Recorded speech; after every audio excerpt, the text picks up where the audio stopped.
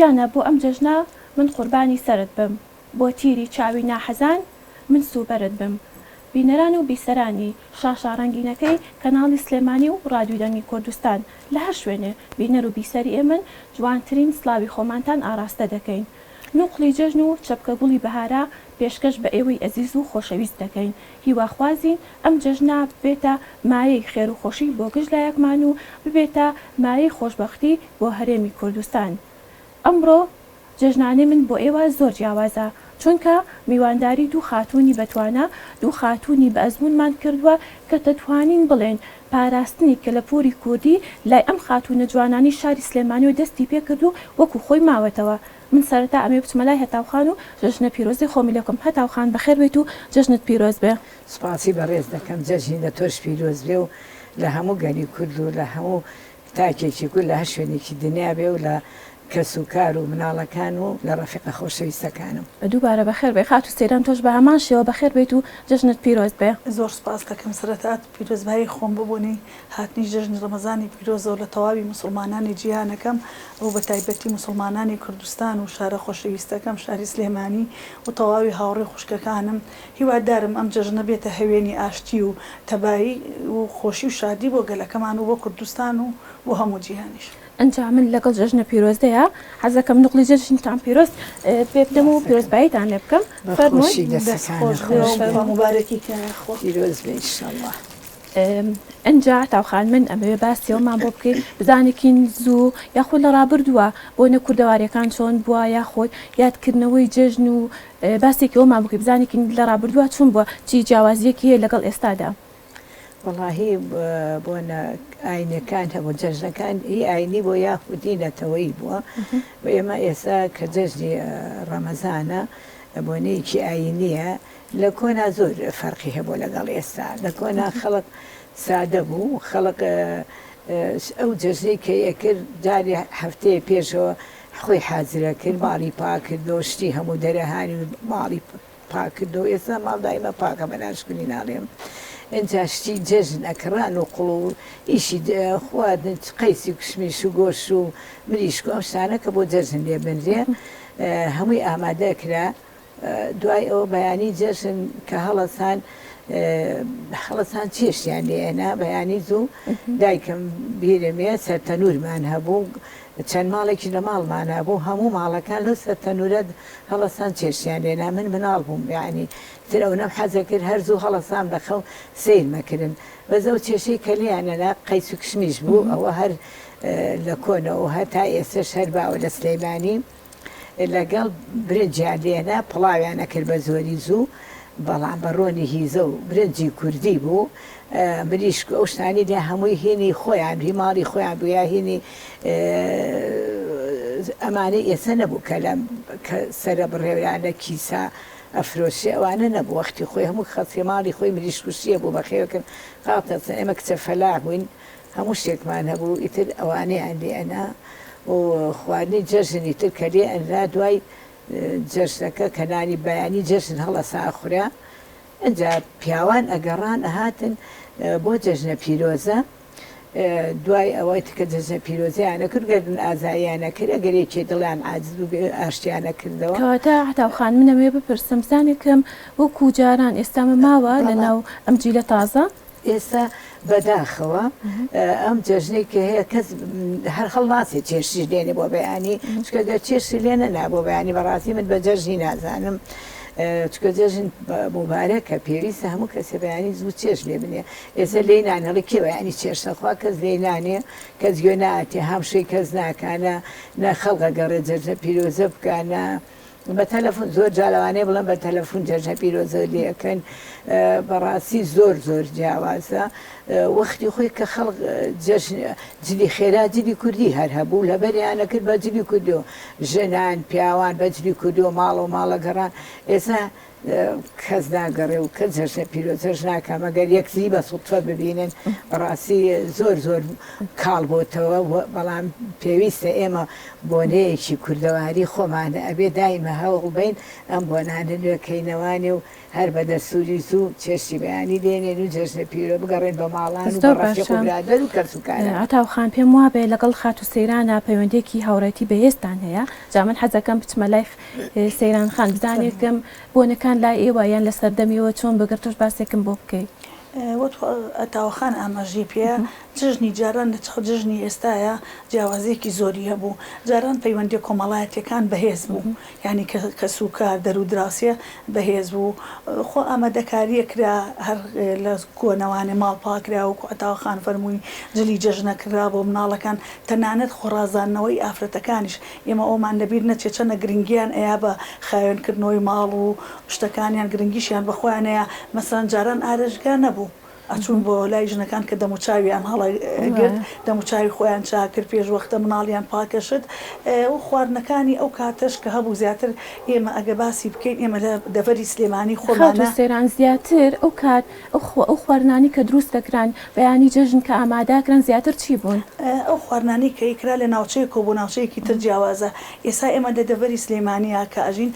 لێرە کللتوری ئێمە قەیسی و کشمیش لێنرا، تاسکە بابی لێنرا، ئەنج ئەم برنجە کوردی لێنرا و باەم و کشمیشی بۆ سوورەکرا وەخرایە سەری و هەروەها چی پێڵەن گۆشت ئەقڵێندایان گۆشتەکە سوورەکرایەوە و دا ئەنراوشلی تاسکە بابی ئەکرا زیاتر، بەڵام لە دەڤەری گەرمیان و ئەوانە ئەو قەیسێنیە. پاشان ئەو خواردنانەی کە بەکارێنرا هەمووی خۆماڵی بوو، یعنی هەمووی بەدەستی خۆی لە ناوچەکەی خۆمان لەبەرەوەی ناوچەیەکی کشت و کاڵیە و بەدەست و پەنجەی خانمانی خۆمان و فەلاحەکانی خۆمان ئەیکرد. پاش لە جژنا پەیوەندێکی کۆمەڵایەتی زۆر بەهێزە بوو. خۆی جژن باشە ئەو پەیوەندیە کۆمەڵایەتی ئێستا ماوە؟ ئێستا بەبوونی ئەم سۆشیال میدیا و بەڕاستی سۆشیال میدیا من ئەڵێم باش لایانی باشیشی هەیە و لایانی خراپیشی هەیە. لایەن نەخراپیەکەی ئەوەیە کە ئەم پەیوەندی کۆمەڵایەتی کاڵکردۆتەوە ئەتاوخان فەرمووی بە تەلەفۆنیە گیان بە لایکێک بۆ کاوتەواو ئەوەیە کەواتە ئەمەنەکە، بەڵام سپاس بۆخوا ئێستا وا خەریکە ئەم کللتورە زیینوە بێتوانێ و جژنی جژن یعنی ینی ڕۆژی گردن ئازایی کە کاچی بۆ لای یەکێ ئاشتە بێتەوە مەسەلەن هەیە لە جژنا لە پێش جژنا ئاجزیان بۆ لە یەکە ئەچن بۆ ماڵن سەردانی یەکتریەکەن گردن ئازایی یەکەن تەبعەن پیاوەکان بانیان زوو لە دەرگای ماڵانیانەیە و ئەچوون گردن ئازانەکە دوایی خانمەکان بەجلی کوردیەوە چکە ئەوسا جلی کوردی یەکسە جلێکی ڕسمی بووە کوردی بووە بتە جلێکی ڕسمی بۆ هەموو بوونەوە و ئاهەنگەکان هەر جلی کوردیمان بەکارێنەوە بە مناڵی شەوانێ بۆیان کردوون ئیتر ئەچوون سەردانی دراوسەکانیانە کرد و هاتنەوانێ بەم شێوەیە ئەیان بردە سەری دوای ئەو مناڵان یعنی جژن بۆ مناڵان زۆر خۆش بووە. خۆشیەکی ئەوە هەیە کە ئەو سا لەبەر باری دارایی خەڵک فەقیر بووە هەموو ساڵی ئەم کاتێنی توانێت جلوبەر جژن جل کرداوە جژنی زوو بە ئێستا ینی ئەگەر بەراوردیان کردن بە جژنی ئێستا هیچ گۆڕانکارێکی تیا بووە، یعنی توانی بڵێ هیچ گۆڕانکارێک کراوە یان بۆنە کۆمەڵاتەکان زۆر سار بۆ تەوانی و جاران نەماوە؟ بەڵێ وەکو ئاماژەم پێکرد ئەو ئینە نەماوە، ئەو هاتوو چۆ گەرم و گوڕیە و دراسێ بچێ بۆ لای ئەو کە سوکار بچێەوە. پاشان ئێستا چی پێڵەن مۆڵەکان هەیە، ئێمە ئەو کاتە مناڵ بووین ئەچین بۆ چەک و فەلەق بۆ یاریەکان چەک و فەلەق هەبوو، ماین چقەڵ هەبوو، کورسی هەبوو، تەنانەت سینەماشە بوو. ئەگەر تۆ سەیری مێژووی سلێمانی بکەی لە سلێمانی ئێمە سێ سینەمامان هەبووە لە جژنانە فلیمیان لە سینەمای ڕەشید هەبووە، دڵشاد هەبووە، سینەمای سیروان نەبووە، بەداخەوە ئێستا ئەو سینەمایانە کەم بوونەتەوە. من حەزمە کرد ئەو سیمایە بەشێک بوو لە کللتوری شارەکەم بپارێزرایە، هەچەنە لێرە ئێمە سیتی سینەما کراوەتەوانە، بەڵام ئەمە مێژوێکی دێرینی هەیە حەزمانە کرد بیان پاراستایە چونکە ئەمە سەرئەنجام مێژووە بۆ نەوەکانی داهاتوومان. ئیتر ئەچوین سەری فلیممانە کرد، فلیمی هیندی من بەبیرم ترنتی هەبوو، جۆلان جیما ئەمانە هەبوو، هین هەبوو ئەمەی هندیەکان ئەوانە ئەچوین سەیری فلیمەکانمانە کرد. ئیتر خۆش بوو، ینی خۆشنین شت ئەو جلە و پاشان جژنانش ئەیتۆ جژنانەی چاوەڕێ کرد جژن بێ مامەد خاڵ وەکو خۆتان جژنانەتان یاوە ئێستا جژنانیان بڵێ ئەڕوەڵا ئێستا بەناشکری نەبێ ئێستا کوانیەوە نەهاتوو چۆکەکەم بۆتەوە نەوەی ئێستاش بەخواونە مناڵیان نابێت و مناڵشت زۆر بوو ماشەڵڵا ئەو کاتە خانمەکانی ئەو کاتەمان ماشەڵڵا مناڵیان زۆرترە بوو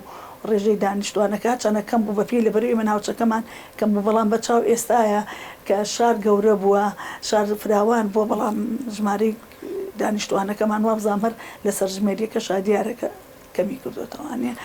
خۆی جەژن بۆنەیەکی ئاینیە بۆن و بەرامێکی تۆ 30 ڕۆژ بە ڕۆژوە بی وانە خۆشیەکەی لەوایە کە بەیانی هەڵەسی چێژ لێنیت و خێزانەکە هەمووی کۆ بێتەوانێ و مناڵەکان دەستی دایک ماجەکەن و بەخوای ێزاڵێ ئۆخی جەژنا و ئۆخی با تا 12 نیوەڕۆ لە خەواڵ نەستم تخوا باتێ بخۆم یعنی ئەتۆزێ کاڵ بۆتەوانێ بەڵام لەخوا بەزیابێ لێرەوە لەوێ هەر ئێمە هەمانان جارێکە ماوی نایڵین ئەو کللتورە کاڵ بێتەوە ئەتاوخان و کۆتان بینم ماشەڵا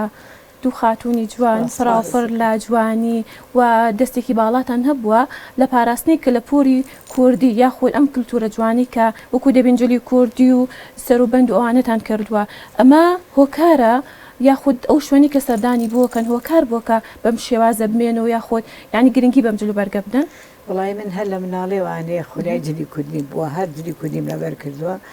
زۆرش لێ زۆر جوان و زۆرش لێ تاتوە حەزم لێی بووە جاکە مناڵیش بووم حەزمە کرد سەر ببەستم پورەکان و دایکمەوان سەریانە بەست ئەرم بخوای گەورە منیش سەر ببەستم ئیتر حەزم لەو سەر بەستەش بووە سەر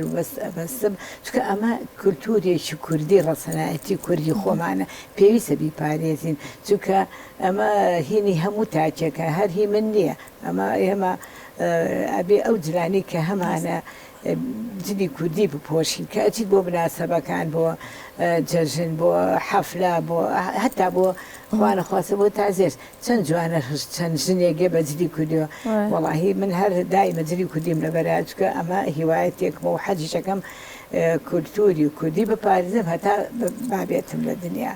پاراستنی کللتوری کوردی تا چەند گرنگە یاخود چۆن هانی گەنجانمانێن کە ئەو جلوبەرگەی کە لە پێشوە هەبووە کە بە هەمان شێوەی ئەو کات بیهێڵن و هیچ گۆڕانکارێکی بەسەرانەکەن وڵای خۆی کولتوری کوردی جلی ڕەسەنی کوردایەتی ئەبێ ئەو جلانە بێکە لە کۆنا لەبەرکراوەکو چۆنە سەرکەوا لە بەرێو کراسە و چەفتەیە و دەسماڵەوە بەشاتاوخان چۆن ئاواهی گرنگی بە مسەر و کڵاوای اینجا ماشڵا زۆریش لێت هاتووە زۆر جوانە وڵاهی تر خۆم حەزم لێتی و وابزانم خەڵکی شەمووی کە حەزیانێ دەستخۆشیم لێەکەن لەبەر خۆم زۆرم حەز لێیە حەجیەکەم ئەمەش دایکم و پورم و ئەمانە ئەم سەرانیان بە سۆمنیش هەر لاسایی ئەوانە کردومە تۆ لەسەر ئەو نەریتەی کۆن ئەم شانم کردووە دایمە حەزەکەم بیبەسم و هانی گەنجەکانیشم تکایان لەکەم کە ئەو جلانە ئەیکەن بۆچێ لەلایە لە بوخچاو لە کەنتۆرا خەزیەکەن لەبەریکەن بۆ مناسەباتەکانیان بۆ سەیران و حەفلە و گەڕان بتوانن سەر ببەستن چکە بەڕاستی شتێکی جوانە هەموو نەتەوەیە پارێزگاری لە کولتوری خۆیەکە ئێمەش کوردینە بێ پێویستە پارێزگاری لە کولتوری نەتەوەی کوردی خۆمان بکەین کە سەر و بەس و جلی کوردی ڕەسەنی کوردایەتیە خات و سەیران تۆ چیت هەیە بۆ جلی کوردی یاخود بۆ گەنجانی کە ئێستەکانە جلی کوردی ئەکەن ینی بە شێوازێ بڵێن شێوەکەیان گۆڕیوە ئەو ڕستانیاتی پێشتری پێوە نەماوە بەڵێ خۆی جلی کوردی ناسنامەی نەتەوەکەتە ئێمە ناسنامەی نەتەوەکەمان چیە مێژوەکەمانە زمانەکەمانە کە بە زمانی کوردی پەتی قسەی پێ بکەین گفتوگۆی پێ بکەین هەروەها جلەکانمانە جلی کوردی خۆی بەوە ناسراوە جلێکی ئاڵاوواڵایەتێک هەڵکردنی ڕەنگەکەیە ئەمە لەوانەیە من ئەڵێن بگەڕێتەوە بۆ سروشتەکەمان چکەمە لە کوردستان ئاژین سروشتێکی جوانمانەیە بە تایبەتی وەرزی بەهار وەرزی گوڵ و گوڵزارە ئەمە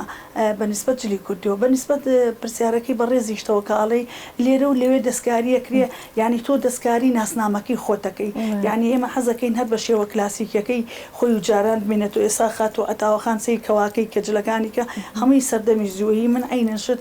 بەڵام ئێستا بەرگ درۆکانمان بە ناوی تازەگەریەوانێ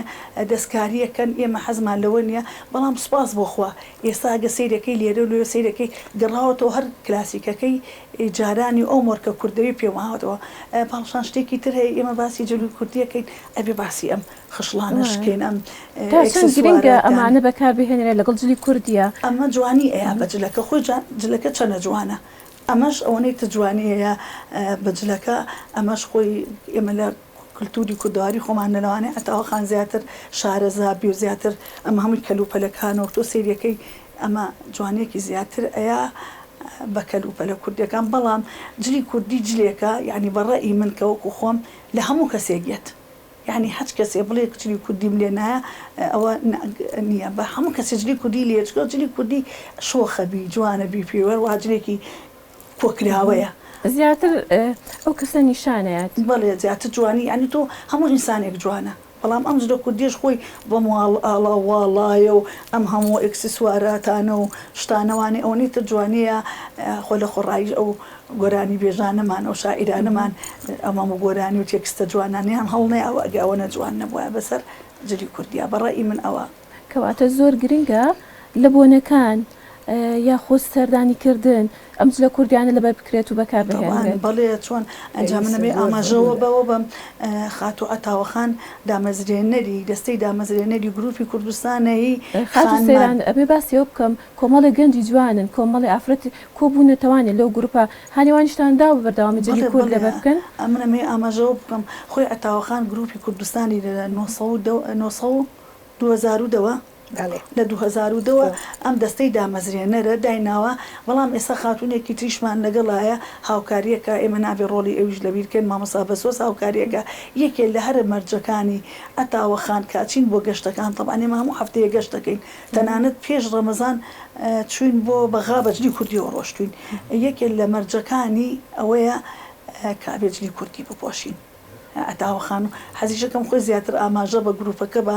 کە ئامانجی ئەوەیە ئەتاوەخانوەک و دامەزرێنەری ئەو گروپە چۆن بوو بیرت لەوە کردەوە کە پێویستە خانمانیش تەواو گروپێکیان هەبێت کە تایبەت بە خۆیان بێت و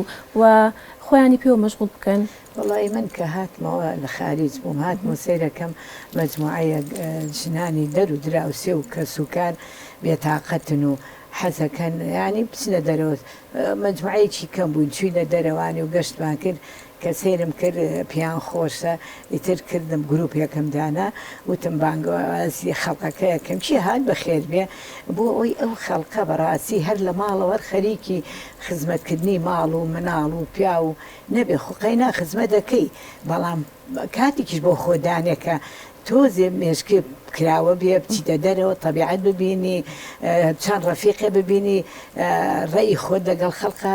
گفتوگۆ بکەی هەر لە ژوورە و هەر خۆت و ماڵەکەت و مناڵەکە ڕاستی زۆر ناخۆشە تووشی مەلەل و ناخۆش هیلاکی دەکات ئەگەر تۆزی چویتە دەرەوە مێشکی فراوانترە بێ کراوەتر بێ ئارایی زۆرتر وەرەگری لە خەڵقەوە ئیتر ئەو گروپەم دامەزان بە خۆشحاڵیەوانێ و خەڵک پێشوازیان لێ کردم و هەموو هاتن بەدەنگ ئەم بانگەوازەمەوە ئێستا هەموو ئامادەن کە ئاچین گەشتەکەین زۆریان پێخۆشە و زۆر دوعای خێریشم بۆکەن کاڵێت تو ئەمان بیتە دەرەوە هیوا هەیە ناتوانێت کوڕ نایبا کەس نایبا بەڕاستی یا خۆی توانای ئەوەی نەماوە ئێمە جارەوە بە باوەش و هەڵێ بڕینێ خێنە ناو پاسەی بێن لەگەڵ خۆمانە بۆ ئەوەی کە تۆزێک ژیانی گۆڕانکاریە لە مێشک و فکریا ببێ بەڕاستی پێم خۆشە کە من مادوونە ناسانەش ئەمە ئەکەم بەبێ مقابل بەبێ هیچ شتێ خۆم بە هیلاک نازانم بۆ ئەو خوشک و ڕەفیقە خۆشەویستانم چاویان مازەکەم و خۆشەویستن لە دڵما تا چەند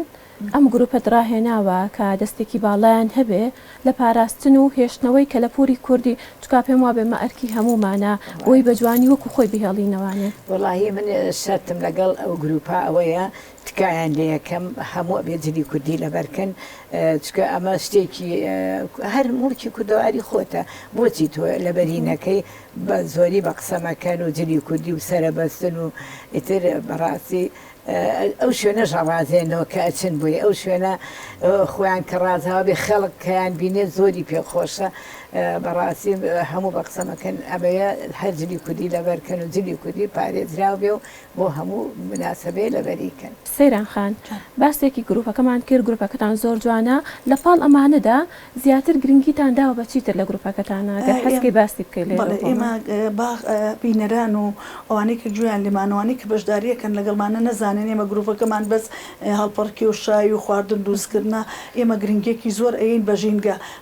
تەنانەت ئەتاوەخان وای ڕاهێناوین بە هیچ جۆرە قاپی پلاستیک و ئەم شتانە بەکار نانین لەبەرەوەی ژینگە پیس نەبێ و دوای ئەو لە هەر شوێنێکا بووین ئەو خۆڵ و خەشەکەکەینە ئەلاگە و دایەنین و لە شوێنێکە ئەو ئاگری کایکەینەوانێ خەفەیەکەین بۆی سبینی خۆتەزانی لێرە و لێ جاروێ بەدەن کەش قارتەیەک بەدەن کە جگەرەیەک دارستانێکە سووتێ ئەمەیەکێ لە شەرتەکانێتی سەرڕای ئەوەش ئێمە بەشداری هەموو بۆنەکانەکەین ئێستا بۆ نمونە یادی هەڵەبجە بوو ئێمە بە خۆشحاڵی و گروپەکەمان بە ناوی گروپی کوردستان کوردستان و ئەتاوەخان بە سەرپەرشتی ئەتاوەخان بەشداری بۆنەکانمانە کردو چ خۆشی بێ چ ناخۆشی بێ من بۆ دوو خاتوونی جوان و کوردەواریانە و زۆر لە بۆنە و چاوپێکەوتنەکانە یعنی تەرکیستان لەسەر بۆ بەشداریتان کردووە ئەمە چۆنە؟ ئەمە خۆی ئێمە زانینی وەکو پێم ئەمە گەڕێتەوە بۆ ئەم بەرگ و ڕەسەنایەتی و کڵاویکە ئەگەڕێتەوە بۆ جلوبەرگ و ڕەسەنایەتی کوردێت گەڕێتەوە بۆ خاتو ئەتای چونکە خاتی ئەتە بڵێت و نەڵی بۆتە سنوبولی شارێک یعنی بەڕاستی ڕەمزێکە لە سلێمانیە بەخۆ بەخشانە بەبێ مقابل دانیشی ئەم گروپە ئەبە ئەم خەڵکە کۆکاتەوانێ یعنی هەدەفی ئەوەیە کە لە ماڵە چوارچێوەی ماڵەوەکو خۆی کردووە تەمەنیش ڕێگری نەبێت لەو ئێمە بەشداری بکەین لە خۆشیەکانی ژیان یعنی بۆچی ئێمە ئەو کللتورە ئەتاوەخان ئەو ڕێچکەیشکان مەسەن ئێماڵێنی تر پیر بۆ تەواوی تر کە ئینسان پیر بۆ بێ بچێتە کونجی ماڵەکەەوە دانیشێنە ئەتاوەخان هاو ئەم ڕێچکەیشکان کاتە ئەم ئەتاوەخان غیرەتیە بەرخەڵکە یا ئەتاوەخان شتێکی جوانی دایەنە کە تەمەەن نەبێتە ڕێگری لە بێبەشبوون لە خۆشیەکانە و پاشان ئێمە ئەم گروپە کاچین پەیوەندێکی کۆمەڵایەتی بەهێسەیە و شتیش لە یەکی شۆفێ دەبین چکە بڵێ توونەڵێ هەر یەکەمان هەڵگری چیرۆکێکین جا چیرۆکەکان چ خۆش بوون چە ناخۆش بوون زۆر جاری وایە ئەوە نەسیقەمان یعنی ئەتاوەخان دایکمانە دایکی هەمومانە یعنی نییە من بۆ خۆم نییە هەمومان ماڵەکەشی بەقی بلە دانین وەکو گروپەکەی بۆ کردوینەوە ماڵەکەشی بۆ کردوینەتەوانێ بۆ خۆمان لەوانەیە من ئەوەی کە لە دڵمە لەلا ئەتاوەخان ینی ئەوە نەمتمانێت خۆی دروست کردووە ئەوە ینی بەشداری خۆشی و ناخۆشیەکانمانەکە شتێکمانە بێ دڵنەوەیمانەکە من بۆ خۆم بە قوتابی ئەتاوەخان دانیمەوە مامۆستای منە و یا ڕبی تەمەند درێژ بێ و لێمان نەسێنێ تەمەند درێژ بن ئینشاءالله منەوێ بپرسم بزانێکم بەو پێی کە تەمەنێکی دەمانێکتانێ و ئەزمونێکی جوانی ژیانتان کردووە بزانێکین باسی ڕابردوو بکەین بزانێکین بۆنەکان ئەو کات کە کراونەتەوەیە یادان کردوێتەوە چی یادەوەرێکی خۆشتان هەیە ئەگەر ئێستا لە خەیاڵتان بێ و بۆمان باس بکەن فەرماتەوەخان یادەوەری خۆی هەموو یادەوەریەکانی کۆن خۆشە چکە بەڕاستی لەگەڵ ئەو یادەوەریان هەرشیاوین بەڵام هینا خۆشیشی تیا بووە ئەوەش دەسەڵات نییە مردنی ئازیزان و کەسوکار ئەوەش ئەبێکە ناخۆشە بە نیسمەتەوە بەڵام یادەوەریەکەی ئەوەی کە من لەبیرم بێ کە ئاچین بۆ جەژنانەیان ئاینێ وەختی جەژن کەس و کار یاخو خزم و کەسکە ها جەژنانەی ئاینە مناڵ بووین ئەو جەژنانەی تر لە خۆشیە ڕامانە کرد بۆ چەرک و فەلەق و بۆ کورسی و بۆ چواری عەرەبانەی تریشقایەک ئەسپی بوو پیانەوە تریشقە سوارە بووین بە شنێ لەیلانێ چون بۆ سەرچنار و ئەگەڕاینەوە ئیتر ئەو پارەیە ئەوەنە کەمیش بوو بەڵام ئەوەنە شتی ئەکرد ئیتر لە بەردەمی ماڵەکەمانە ژنێ بۆ خواردنی داناومی هێن ئیشی هەوێت و شێوێت ئەو کوشیرینی ڕۆحیا بە و کلکەڕێوی و ماجومی و مەسکەت و لەبزین و ئەم شتانەمان لێ هەر تەواو نابوو ئەمە زۆر خۆش بوو بۆ ئێمە خوامان بوو جەژن بێ و جەژنانەمان بەنێ لەبەر شتە کوردەواریانەکە و کات بەکار هاتووە ئێستاکانش بە هەمان شەو لە جەژنەکانە بەکارەهێنێتەوە وەڵاهی من وەکو خۆم لەو کاتێک کە جەژنانە وەرگرتەوەنە دڵم پێی خۆش بووە کە وەختی بووم بە ساحێبی پارەی بێ هەر وایە مناڵیش بە هەمان شەو کە جەژنانەی خوا پێی خۆشە بەس کە بووم بە ساحێبی گیرفانی خۆم و بووم بە مامۆستا و پارەم بوو ئیتر لەو کاتەوە من جەژنانە بە هەموو کەسێکم ئەوەی کە بزانم حەزەکەم جەژنانیان بمێ چکە دڵخۆشکردنی مناڵ خوا زیاتر دڵی خۆشەکە چکە مناڵ زۆر دڵی خۆشە بێ بە دینارێک دڵی خۆشە بێت چکە حەزەکە بچی بیا بە شتێک کە خۆی حەزی لێتی لەبەرەوە جەژنانە زۆر ضرورە دایک و باوکان و بە مناڵەکانیان بن و کەس و کار کاتن میوانداریەکەن بە کەس و کاری بن چکە ئەوە دڵخۆشکەرێ و هەر نەریتێکی کۆنی کوردەواری هەتا بە ژنومێر بە یەکزی بن بە شاگردی بن بە دەرودراوسێ بن بە کرێکار و ئەو شوقەی تای بیانەیتی دڵیان خۆشە بخۆبەوە هیچیش ناکە بەڵام هەر دڵخۆشیە و مانەوەی ئەو کولتورە زۆر پێویستە حەزەکەم ئەوە هەر بمێنێ زۆر باشە خات و سەیران تۆ لەگەڵ بۆنە کوردەواریەکان یاخۆت لە ڕابردووە چی یادەوەرێکی خۆشت هەیە کە ئێستا لە خەیاڵت بێ و یا حەزکەی بۆمانی باس بکەی وەڵی من شەرۆک و مناڵی ئەم شارە یادەوەریمان زۆر هەیە لە ماڵیا لەگەڵ جژنە چونکە جژن زۆر بۆ مناڵ خۆش بووە ینی قەت لە ژیانی ڕۆژانە تا هەموو پارەی نەهاتۆتە دەستەوانە مەسەن خاڵت داتێ مامەت داتێ پورێت داتێ پاشان جاران لە بەرباری دارایی خەڵک وەکو پێم وتی هەموو ساڵی هەموو ڕۆژ ینی مانگێک نەتەتوانی قاتە جلکەی من بۆ خۆم شەو جلەکانم لە پەنای خۆما خەواندووە هەمووی خواندو خواخوام بۆ ئەو شەوە زۆر بۆ بە شەوێکی درێژە چاوم کردوەوەکەی بەیانی جەژن بۆ خێرا خۆم بگۆڕمەوە بچم بۆ لەگەڵ هاوڕێکان ما بۆ چەک و فەلەق و کورسی و ئەمانە لەبەرەوە هەموو بۆنەکان خۆشیەکی خۆی هەیە بە تایبەتی بۆ نەدڵخۆشەکان نەک بۆ ناینەکان و هەمووشی ئەبێتە یادگاریەک ئێمە هەمیشەوەمان لەبیر نەچێ یادگاریەکان زۆر جوانن یادگاریەکان دوو بەشن بەشێکی خۆشیە بەشێکیشی ناخۆشیە تۆ کە کاتێگێتەوە خەیاڵێ ئەو لەحظەیە کە من ئێستا تیاژیم خۆشە بەڵام کەیەتەوە خەیاڵە دوو جاری تر ئەوەی تر خۆشیە بە وەکو وێنەکان ئێمە سەردەمانی زوو ئەلبوم هەبوو یعنی لەگەڵ کە سوکارە ڕسم تەکرداتەنە ئەو کاتە چەنە چێژەوە لێ وەرەگرت بەڵام کە سەیرەکەیتەوە دووبارە چێژێکی ترێ بۆ گەڕێتەوە هەمیشە یادگاریەکان خۆشیشن و هەمیشە یادگاریەکانی ژێکێکن لەو شتانەی کە هەرگیز ناگۆڕێنە ڕۆک و خۆیان نەمێننەوانێ باسی وێنەکانت کرد ئەنجا پێم وابێ پێشتر زۆر گرنگی بوێنە و ئەمانە وەکو خۆی ئەمایەوە پێتان وایە ڕاست ئەلبومە بوو ئێستاکانە ئەوەش نییە ئەمە چیت هەیە بۆ نا ئێستان پێم وتی سۆشیال میدیا کار ئاسانیشی کردو جێگای هەمووشی گرتوتەوە ئێستا کولی یەکێکمان سەیری مۆبایلەکانمان کە لەونانێ 50 وێنەی تیابێ لەبەر ئەوە ئەو سۆشیال میدیا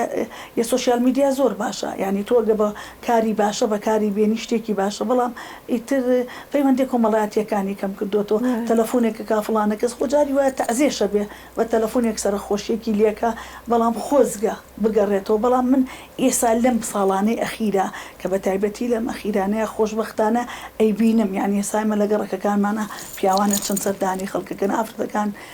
خاتوونەکان سەردانی یەکتریەکەن جژنانە من بۆ خۆم هەموو ساڵی ئەتاوەخان جژنانەش مەیاتی و ئەم جژنەشی لەبیر نەچە ئەتاوەخان پارێبابیری ئیتر بەخواد لە جژنانەش مەیاتی ئەتاوەخان چکە ئەتاوەخان لە بۆ من دایکە خوشکە هاوڕێ هەموو کەسێکە و تەواوی خوشکەکانی تر سوپاس بۆخوا ئێمە توانیمانە کەسایەتێکی جوان و خۆشەویست لە ناو خەڵکە دروستکە ئەوەی ئێمەی خۆشە چاڵمانە و دڵمانە ئەوەشی کۆمنتە نووسی و ئێمەی خۆشناوە هەر ئێمە خۆشمانێ و هەر دوو خاتوونی جوان پراپڕ لە خانمانە و کوردەواریانە هەموو کەس خۆشەوێن زۆر سپاس ئەنجا باسی وێنەکانت کرد ئەو کات من بۆ ئێستش بۆم باسەکەن کە ئاڵێن و کات کە وێنەیەکیان گرتوێ زۆریان حەزکۆ یەکسەر وێنەکە بشۆنەها بووی هەبێلان بەڵام ئێستا پێم وابێ ئەمە نەماوە چکە ئەو نەهەیە وێنەکە لە بەردەستە و لە مۆبایلەکەتە زۆر گرنگی بە من نادرێ پێم وتی سۆشیال میدیاکەت ئەمەی کاڵ کردوەوە ئێمە کات چوین بۆ جۆلانی و چەکوفەلەقوانە مەسەن شێرێکیاندانە سەرێکمانتیە کرد شتێکیاندانە ئاوە دەسمان وا لێ کوردمان دیانی ئەوە زۆر زۆر خۆش بوو زۆر جار کە دانیشی ئاوە بۆ خۆ بیدەکەیتەوانی ئەڵێ ئەی لەوەیان زۆر شتڵێ ئاشاڵە ئەوم نەکردا بە مناڵی چۆن من ئەوم کردووە پێتەڵم یادگاریەکان هەمیشە جوانن سوپاس بۆ خوا ئێمە لە کورتنەتەوەیەکین یەکتریمان خۆشەوە لێرۆ لێ بڵێ بەڵام ئیتر پەیوەندێکی کۆمەڵایەتیە کولتورێکی جوانمان هەیە بەڵێ کولتورەکەمان ماتۆ پارێزگاریشمان لێ کردو و ئیشەڵا ئەم گەنجانەشمان ئیتر سەیری ئێمەمانان کەن و نوێی کەنەوانە و ئێمە تەمسیلەکەکەین بۆ یان ئێمە ئەوەین ئێوەش چی پێڵن وەکو ئێمە بکەنەوانێ و پارێزگاری لێ بکەن هیواداری خاتواتاوە پێشتر پەیوەندیەکی کۆمەڵاتی زۆر پتە هەبوو و ئەمە پێم وابێ ما بۆ کەسەکانی دوای بەڵام ئێستا ئەم پەیوەندیە وەکو جاران نەماوە ئەمەش تەئسیری کردو لەسەر گەنجەکان تۆ چیت هەیە بۆ ئەمە یا خۆ تۆ چۆن هانی گەنجەکانی ئێستایی کە بە هەمان شێوەی پێشتر گرنگی بەم پەیوەندی کۆمەڵاتی و بەم پتەویە بدەن بەڵام من داوە لە گەنجەکانەکەم کە ئەو پەیوەندی کۆمەڵایەتی هەربا ببێنێ سەردانی کەس و کار پەنیانی بەڕاستی وای لێ هاتووە بەست لە بۆنەکانە نەبێت سەر کەس و کار ناتن سەردانی کەس و کار ناکەن حەزەکەم سەردانی کەس و کارکەن چین بۆ ماڵی کەس و کار بۆ لای ڕەفیق و برادەر هەر ئەوە نەبێ بە تەلەفۆن قسە لەگەڵێکا بکەن چکە پەیوەندی کۆمەڵایەتی زۆر مهمە هەموو ناخی خۆت بۆ ئەو کەسە ڕێژی چی تایە دێت تێگا تۆ لەو تێگەی ئەمە زۆر باشە لەوانەیە زۆر شت لە مێشکتا هەیە بەهۆی ئەوەی کە قسەی لەگەڵاکەی ئەو شتە لە مێشکتا نەبێنێت بخاو بێتەوە ئیسراحەتی پێ بکەیت بەڵام تکام لێە لە گەنجەکان سەردانی هەموو کەسێ بکەن سەردانی چۆ حەزیانەتی سەردانی بکەن هەروە لە دوورەوە دوور پارێز نەبن ئێستا کە سوکار یەکتری ناناسێتەوە بە قوربان ئەوە زۆر ناخۆشە من حەزەکەم ئەوە هەر بمێنێ و بەردەوام بێ خەڵ لە سەردانی کە سوکار و ڕەفیق و بەرادەریە لە هەموو مناسبە خۆشی بێ یان ناخۆشی بێ دەتوانانی بڵێن بەست تەنها لە مناسبەکان نەبێت یا جەژن بۆنەکان نەبێت هەموو کات پێویستە گرنگی بدرێ بەم شێوازەم هەفتێ حەو ڕۆژە تۆ با ڕۆژێت تەرخانکەی سەردانی کە سوکاری پێ بکەی بتوانانی لە کە سوکار بپرسیتەوە بوونی نەبوونی خۆشی ناخۆشی چییە بەوەت پێویستە گەنجان ئەوە بکەن زۆر ضرورە وەڵی ئیترە بێ بکوێتە سەرخۆشیان خۆیانە بێ ئاگایان لەوە بێ هەموو کە سوکار و خزم و خەڵە حەزەکە سەردانی بکەیت و ببینێ لە نزیکەوە نەبە تەلەفۆنیات قسەی لەگەڵا بکەیت باس دەکەم خات و سەیران چی تر هەیە گەر تۆ حەزکەی لێرە بۆمانی باسکە لەسەر جەژن و بۆنەکان وەڵی من تەنها ئەمەوە پەیامێک بنێرم بەڵێم هیوادارم ئەم جەژنە بێتە مای خێر و خۆشی ئاشبوونەوەی دڵەکان کە لە یەکتری زویر بوون و بێتە هەوێنی ئاشتی بۆ کەواتە دەتوانین جەژن بکەینە دەرفەتی بۆ ئاشبوونەوەی ئەو کەسانی کە لە یەکتری زویر بوون ئەمڕۆ من زۆر خۆشحاڵ بووم لەگەڵ دوو خاتوونی جوان دوو خاتوونی پراپر لە میهرەبانی و کەسایەتی جوانی سلێمانی من لە کۆتای بەنامەکەم نزیک بوومەتەوانێ ئەنجا تاوخان حەزەکەم بێمە لای تۆ جەژنە پیرۆزەی خۆت بۆ کێیە و دواوتە چییە؟ زۆر سپاسی دەکەم هیوای سەرکەوتە بۆ خوازم ئینشەڵا ئەم جەژنەش لە هەموو گەلی کورد پیرۆز بێ لە چوار پارچەی کوردستان و لە هەموو گەلی کوردستان و لە هەموو تاکێکی کورد لە هەر شوێنێکی دنیا و ببێ بەمایی خێر و خۆشی و بەرەکەت بەسەر وڵاتمانە و بەسەر هەموو تاکێکە هیوادارم ئەم جەژنە ببێ بە جەژنی ئاشتەوا و سوود سەردانی یەکتری و کە سوکار بچن بۆ لای یەکتری و هەموو کە سوکار پسە لای یەک و بیان بێدن بۆ ئەوەی کە جەژنەکەم و پیرۆستر بکەن هیوادارم ئەوە هەموو کەسەوە لە بەر چاو بگرێت جەژنە پیرۆ بچێ بۆ جەژنە پیرۆزە لە کە سوکاری بکات دووبارە بەخێرەوەی تۆ سپاس دەکەین کە لەگەڵمان بووی خات و سەیران دواوتەی تۆ چییە و لێرەوە جەژنە پیرۆزەی خۆلێکیەکی زۆر خۆشحاڵ بین کە ئەمڕۆ لامان بووی پێشێکی سپاسدانەکەم ئێوە کە ئێمەتان بەسەر کردەوە جەژنە پیرۆزە لە تەواوی مسلمانانی جیهانەکەم لە کوردستانیش و لە شارەکەی خۆشم و جەژنە پیرۆزی خۆشم لە کوڕەکەم و لە کچەکەمەکەم لە کچەزاکان مەکەم و لە ئەتاوخانیش من دەستی ماجەکەم داوایگردن ئازایشی لەکەم و دەرگردن ئازایش لەو هەموو هاوڕێ کە سوکاراکەم کە ئەگەر ڕۆژێ لە ڕۆژان بە شتێک زویر بوو بێتن لە من هەچەنە من ئەوەنەی خە خۆم بناسم کەسێکم قەت حەزم بە ئازاردانی کەس نییە یاخوا کوردستان ئاوەدان بێت دووبارە بەخێر بێن زۆر خۆشحاڵ بووین لێرەوە جەژنە پیرۆزەی خۆم ئاراستەی تەواوی هاوکاران و هەواڵانم بکەم لە رادیۆ و تەلەڤیزیۆنی سلێمانی جەژنتان پیرۆز بێت و هەمیشە شاد و بەختەوە بن و خواتان لەگەڵ